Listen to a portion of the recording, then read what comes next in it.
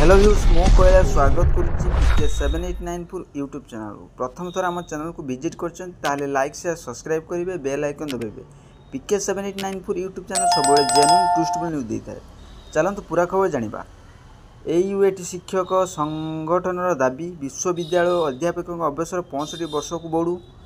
विश्वविद्यालय काम करुवा प्राध्यापकों अवसर सीमा को 65 वर्ष जाए वृद्धि करने को दाबी करिछि ओडिशा कृषि वैषयिक विश्वविद्यालय UAT अंतर्गत विश्वविद्यालय शिक्षक संगठन।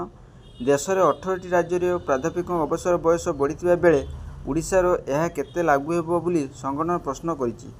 एने संगठन पक्षर मुख्यमंत्री एक दाबीपत्र प्रदान करा जायछि। संगठन सदस्यों कहवा कथा ओडिशा रे थिबा मेडिकल कॉलेज कार्यरत प्राध्यापकों छाड़देले अन्य कौन विश्वविद्यालय प्राध्यापक अवसर बयस बढ़ी तेणु 60 वर्ष ही से अवसर नेउछंती।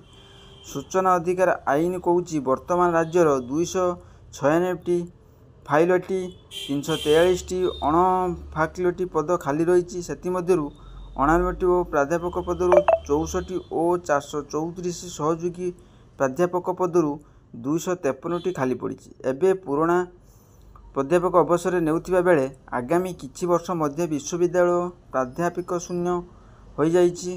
जेउ नुआ फैकल्टी आसुचंती सेमाने सहयोगी प्रोफेसर भाबे काम करूचंती तेणु मेडिकल कॉलेज भली अन्य विश्वविद्यालय प्राध्यापकों बयस सीमा मध्य 65 वर्ष बढ़ाइबाकू संगठन प्रकाश चंद्र बेहेरा अन्य सदस्य माने दाबी करिसंती। आशा करी वीडियोटी भल लागिले लाइक शेयर सब्सक्राइब करी बेल आइकन दबाइबे।